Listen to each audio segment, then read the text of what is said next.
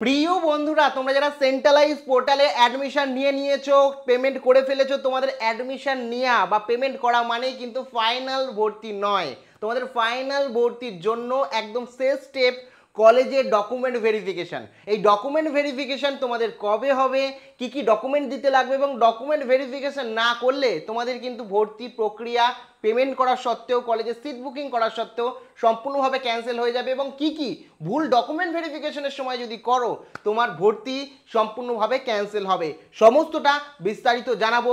কবে তোমাদের document verification হবে, কিভাবে ডকুমেন্ট ভেরিফিকেশন হবে, একই সাথে কি কি ডকুমেন্টেশন লাগবে, সমস্ত কিছু অর্থাৎ ডকুমেন্টেশন নিয়ে সমস্ত কিছু জানাবো। কাজেই তোমরা যারা এবছর কলেজ বিশ্ববিদ্যালয়ে অ্যাডমিশন নিয়েছো, ভর্তি হয়ে গেছো বা ভর্তি হতে চাইছো, প্রত্যেকে ভিডিওটি প্রথম থেকে শুরু করে শেষ পর্যন্ত ওয়াচ করো।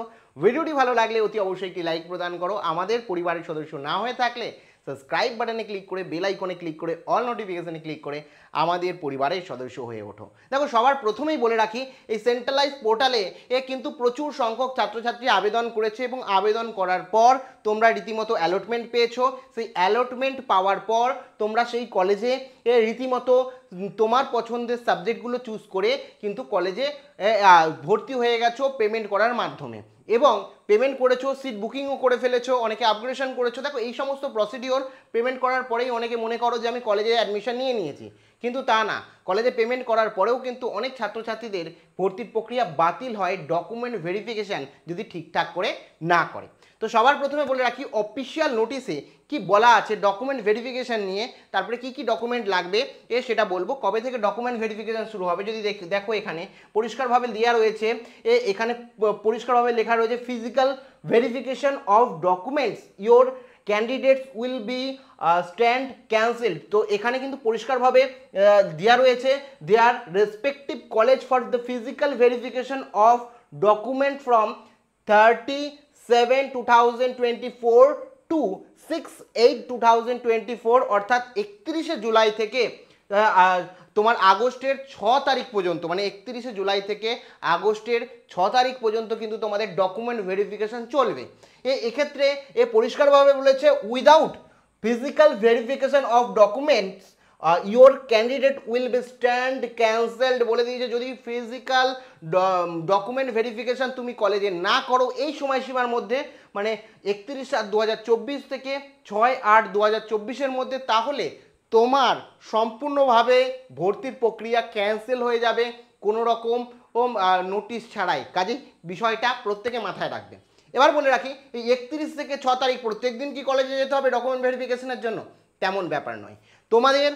তুমি প্রত্যেকে এক একটা ইউনিভার্সিটির আন্ডারে কলেজে ভর্তি হয়েছো।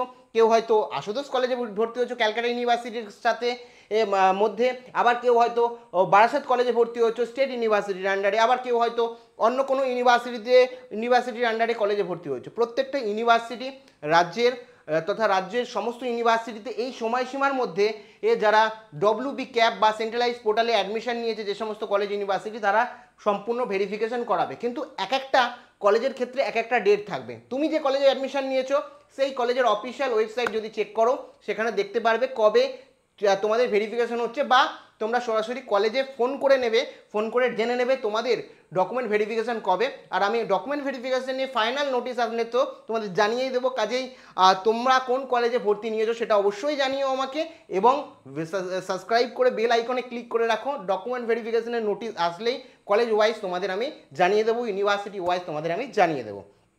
এখন কথা হচ্ছে, এই ডকুমেন্ট ভেরিফিকেশান আমরা তো করবো। ডকুমেন্ট ভেরিফিকেশান করতে গেলে বা এই ফিজিক্যাল ভেরিফিকেশান করতে গেলে তোমাদের অ্যাকচুয়ালি কী কী ডকুমেন্ট লাগবে?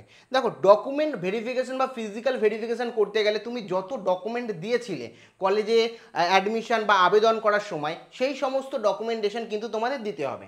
লাইক আমি যদি বলি, মাধ্যমিকের অ্যাডমিট কার্ড দিতে হবে, মাধ্যমিকের যে মার্কশিট তোমরা দিয়েছিলে, যে নাম্বারগুলো বসিয়েছিলে, যেটা আপলোড করেছিলে, সেটা যে বাস্তব কোনো এডিট করে বসাওনি তার প্রমাণস্বরূপ তোমাকে কিন্তু তোমাদের মাধ্যমিকের মার্কশিট দিতে হবে। তোমাদের উচ্চ মাধ্যমিকে যে নাম্বার পেয়েছো সেই নাম্বারটা যে সঠিক দিয়েছো তার প্রমাণস্বরূপ কিন্তু তোমাকে তোমার উচ্চ মাধ্যমিকের মার্কশিট দিতে হবে, একই সাথে তোমার সার্টিফিকেট যেগুলো দিয়েছো রয়েছে সেগুলো দিতে হবে। ফিজিক্যাল হ্যান্ডিক্যাপ হলে সেই ফিজিক্যাল হ্যান্ডিক্যাপের সার্টিফিকেট দিতে হবে। যদি তুমি এসসি হও, এসটি হও, ওবিসি হও বা কাস্ট সার্টিফিকেট থাকে তাহলে কাস্ট সার্টিফিকেট দিতে হবে, এর ডোমেসিয়াল সার্টিফিকেট দিতে হবে। যদি ইনকাম সার্টিফিকেট ওখানে শো করে থাকো ইনকাম সার্টিফিকেটটাও দিতে হতে পারে। মানে যা ফর্ম ফিল আপ করার সময়, আবেদন করার সময় সেন্ট্রালাইজ পোর্টালে যত ডকুমেন্টেশন দিয়েছিলে সমস্ত ডকুমেন্টেশনের অরিজিনাল কপি লাগবে, এবং কোন কোন বিষয়গুলো লাগবেই লাগবে তা নিয়ে একটা ডেডিকেটেড ভিডিও বানিয়ে দেবো। অফিসিয়াল নোটিশ আসার পর ডকুমেন্টেশন কী কী লাগবে সেই নিয়েও একটা নোটিশ আসবে, সেই নোটিশ আসার পর ডিটেলসে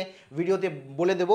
যাই হোক, বাদবাকি তোমরা অবশ্যই মাথায় রেখো ডকুমেন্টেশন কিন্তু খুব ইম্পর্টেন্ট, যার নোটিশও এখানে দিয়ে দিয়েছে পরিষ্কারভাবে।